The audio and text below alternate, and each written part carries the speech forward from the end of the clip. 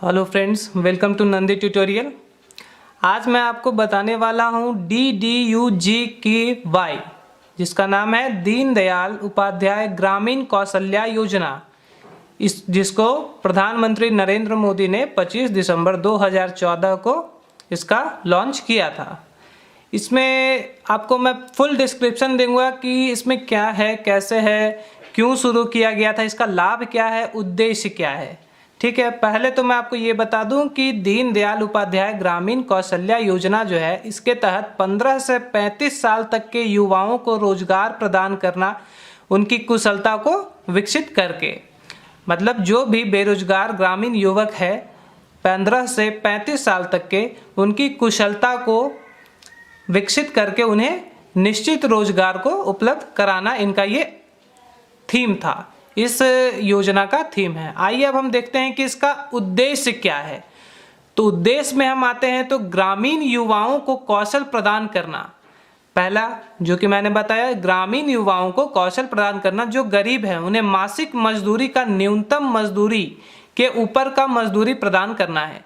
मासिक न्यूनतम मजदूरी जो सरकार द्वारा तय किया गया है, उस न्यूनतम मजदूरी से ऊपर का उन्हें मिलना चाहिए रोजगार। इस योजना से 55 मिलियन से अधिक ग्रामीण युवाओं को लाभ होने वाली है, जो कि अस्थायी रोजगार प्रदान करवाएगा। इसी का योजना हम समझ चुके हैं। क्या है योजना? कि न्यूनतम मजदूरी मुहैया करवाना है किन्हें? ग्रामीण युवाओं को। दीनदयाल उपाध्याय ग्रामीण कौशल्या योजना जो है, इसमें ग्रामीण युवाओं को जो 15 से 35 साल तक की है, इनकी योग्यता को विकसित करके, इनको प्रशिक्षण देके, इनका जो है मेक इन इंडिया के तहत जो है इस योजना को शुरू किया गया है।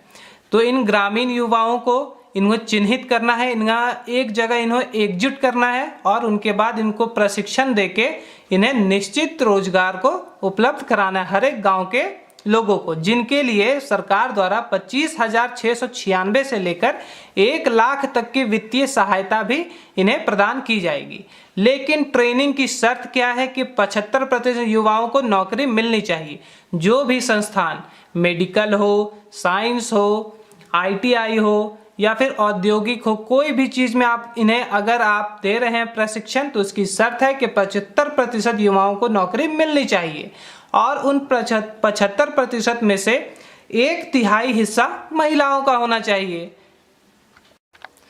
दीनदयाल उपाध्याय ग्रामीण कौशल्या योजना में आपको गांव-गांव जाके सभी गांव के युवाओं को एकजुट करके उन्हें उनकी कौशलता का पहचान करके उन्हें कौशल प्रदान करना है और फिर उन्हें चिन्हित कर कौशल प्रदान कर निश्चित रोजगार को बढ़ावा देना है। उसके लिए प्रत्येक व्यक्ति को गांव-गांव जाकर हर एक युवाओं से जाकर मिलना होगा, उनकी योग्यता का पहचान करना होगा और उसके बाद जो है इनको रोजगार प्रदान करना होगा।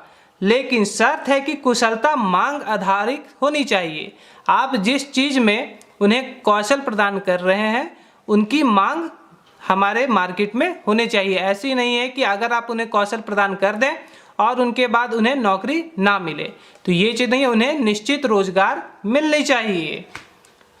और ट्रेनिंग की शर्त क्या है? 75% में से 1/3 हिस्सा जो है वो किन्हें मिलनी चाहिए? महिलाओं को मिलनी चाहिए। अब आइए हम इसके देखते हैं प्रमुख घटक को, कैसे कैसे इनको हम पालन करेंगे, कैसे ये योजना शुरू होगी और चलेगी। अब देखिए, दीनदयाल उपाध्याय ग्रामीण कौशल्या योजना के तहत स्किलिंग और प्लेसमेंट कैसे होती है। तो ग्रामीण युवाओं को पहचान करना, जो गरीब है उन्हें कौशल प्रशिक्षण करवाना। दूसरा है रुचि रखने वाले ग्रामीण युवाओं की पहचान कर उन्हें जुटाना। जो भी ग्रामीण रुचि रखते हो कि मुझे रोजगार मिलने चाहिए, तो उनकी आपको पहचान करना है, वह उन्हें एकजुट करना है। तीसरा है क्या? युवाओं और अभिभावकों की काउंसलिंग करवाना। युवा जो भी बेरोजगार है और उनके अभिभावक दोनों को एक जगह एकजुट करके उनका काउंसलिंग करवाना है। और क्या है? अगला क्या है? युवाओं और अभिभावकों की काउंसलिंग करवाना। उसके बाद योग्यता का आधार पर उनका चयन करना। अब उनकी योग्यता का चयन भी आप ही को करना है, जो भी उन्हें कौशल प्रदान कर रहे हैं, कि वो किस क्षेत्र में जाने लायक युवा है। किस योजना के तहत? दीनदयाल ग्रामीण कौशल्य योजना के तहत उनकी योग्यता को, कोई जैसे कि इलेक्ट्रीशियन बनना चाहते हैं, कोई मेडिकल लाइन में जाना चाहते हैं, कोई इंडस्ट्रियल इलाका में जाना चाहते हैं, कोई फैक्ट्री में जाना चाहते हैं, तो उनकी योग्यता क्या है, जाना तो चाहते हैं लेकिन उस योग्य है कि नहीं, उनका चयन करना है, उसके बाद उनकी प्रशिक्षण करवाना है। अगला है ऐसी नौकरी प्रदान करवाना है जिन्हें स्वतंत्र जांच के लिए खड़ा किया जा सके और जो न्यूनतम मजदूरी के ऊपर भुगतान करती हो। आप जो उन्हें कौशल प्रदान करेंगे वो एक निश्चित जांच के लिए खड़ा हो सके, ऐसी नहीं कि वो कौशल जो है बाद में जब जांच हो तो फर्जी निकल जाए, तो खड़ा किया जा सके जो न्यूनतम मजदूरी से ऊपर भुगतान भी करती हो। उन्हें ऐसी कौशल प्रदान करना है जो उन्हें न्यूनतम मजदूरी से ऊपर प्रदान करती हो रोजगार। अगला है नियुक्ति के बाद स्थिरता के लिए नियोजित व्यक्ति का समर्थन करना। ऐसा नहीं कि अगर उस व्यक्ति को नौकरी मिल जाती है कुछ दिन के बाद उन्हें हटा दिया जाता है, ऐसा नहीं। उस संस्थान को इस बात का निश्चित करना होगा कि नियुक्ति के बाद स्थिरता के लिए नियोजित व्यक्ति का समर्थन उन्हें भी करना होगा। अब देखते हैं प्राथमिकता क्या है। अब इस कौशल्य योजना, ग्रामीण कौशल्य योजना दीनदयाल वाला जो है, उसमें फर्स्ट प्राथमिकता क्या है, विदेशी प्लेसमेंट। विदेशों में इनका प्लेसमेंट होना चाहिए इनका प्रशिक्षण देने के बाद। अगला है चैंपियन नियोक्ता PIA, जो 2 वर्षों की अवधि में न्यूनतम 10,000 दीनदयाल उपाध्याय ग्रामीण कौशल्य योजना प्रशिक्षु के लिए कौशल प्रशिक्षण और नियुक्ति का आश्वासन दे सकती हो। ऐसी संस्थान का हमें चयन करना है जो 2 वर्षों की अवधि में न्यूनतम 10,000 प्रशिक्षु के लिए कौशल प्रदान करे और उनकी नियुक्ति का आश्वासन दे। अगला है दीनदयाल उपाध्याय ग्रामीण कौशल्य योजना के लाभ। अब जो है हम देखते हैं कौन कौन से लाभ है इस योजना के। पहला लाभ क्या है, 15 से 35 साल तक के युवाओं को रोजगार प्रदान कराना और उनकी कुशलता को विकसित करके उन्हें रोजगार प्रदान कराना, न्यूनतम मजदूरी से ऊपर कर उनके कुशलता को विकसित कर। दूसरा, इस योजना का लाभ क्या है कि 25,696 से लेकर 1 लाख तक की वित्तीय सहायता प्रदान उनकी कुशलता के आधार पर किया जाएगा। उनकी कुशलता को बढ़ाने के लिए सरकार द्वारा 25,696 से लेकर 1 लाख तक की वित्तीय सहायता उन ग्रामीण युवाओं को मिलेगी। अगला है ट्रेनिंग की शर्त है कि 75% युवाओं को नौकरी मिलनी चाहिए। आप जिस भी युवा को ट्रेनिंग मुहैया करवा रहे हैं उन्हें 75% युवाओं को नौकरी मिलनी चाहिए। अगला है 5.5 करोड़ लोगों को कुशलता विकसित कर उन्हें रोजगार उपलब्ध करवाना होगा। इस योजना का लक्ष्य है मिनिमम कम से कम 5.5 करोड़ लोगों को कुशलता विकसित कर उन्हें रोजगार उपलब्ध कराना। अब हम देखते हैं कि जो संस्थान खोलना चाहते हैं, जो इस तरीके में कुछ लोगों का चयन करना चाहते हैं, उनके लिए क्या योजना है, तो वो उन्हें लोन मिलेगा। किस योजना के तहत, प्रधानमंत्री रोजगार प्रोत्साहन योजना। प्रधानमंत्री रोजगार प्रोत्साहन योजना PMRPY के जरिए आप अपना रोजगार को शुरू कर सकते हैं। और जिला, ये लोन आपको कहाँ से मिलेगा, तो जिला उद्योग केंद्र जिसे DIC कहते हैं, हर जिला में होती है, से कारोबार के लिए 4% ब्याज पर लोन ले सकते हैं। 4% ब्याज पर आप दीनदयाल ग्रामीण कौशल्य योजना के तहत लोन ले सकते हैं अपनी रोजगार को शुरू करने के लिए।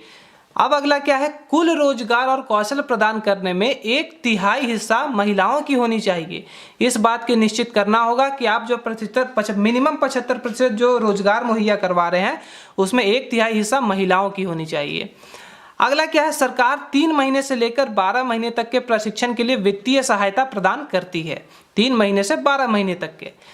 शर्त है कि कुशलता मांग आधारित होनी चाहिए। ऐसी नहीं कि आप उस चीज में उनकी कौशलता को विकसित करें जिसकी मांग हमारे बाजार में ना हो, तो मांग आधारित होनी चाहिए।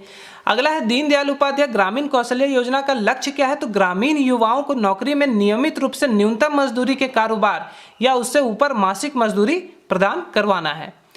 अब इसका मेन क्या है कि पलायन, मेन उद्देश्य इसका है कि गांव से लोग जो पलायन कर जाते थे कि विदेश में या फिर दूसरे शहर में, दूसरे राज्य में, तो उस पलायन के दर्द को कम करना। जब पलायन अनिवार्य हो, जब पलायन अनिवार्य हो तो उस दर्द को कम करना है। अगर अनिवार्य है तो आप जा सकते हैं, लेकिन कम से कम कोशिश करना है कि अपने ही क्षेत्र में वो नौकरी करे। अब देखते हैं दीनदयाल उपाध्याय ग्रामीण कौशल्य योजना का कवरेज क्या है, ये किन बातों को कवरेज करता है।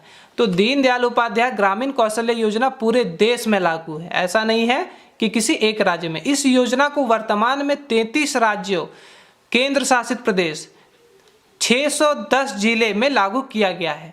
वर्तमान में 202 से अधिक PIA है जो 50 से अधिक क्षेत्रों में 250 से अधिक ट्रेडों को कवर करती हैं। ट्रेड भी कितनी है? 250। अब आइए हम देखते हैं कि कौन कौन से सेक्टर जो है दीनदयाल ग्रामीण कौशल्य योजना में शामिल है। तो वो है हॉस्पिटल, दूसरा है क्या है? ऑटोमोबाइल, तीसरा है पाइपलाइंस, अगला है ऑर्नामेंट्स। तो इस तरीके से बहुत सारे सेक्टर है, जैसे कि खुदरा कारोबार, हॉस्पिटैलिटी, स्वास्थ्य, निर्माण, ऑटो, चमड़ा, बिजली, पाइपलाइन, रत्न, आभूषण आदि क्षेत्र में युवाओं को कुशलता की ट्रेनिंग दी जाती है।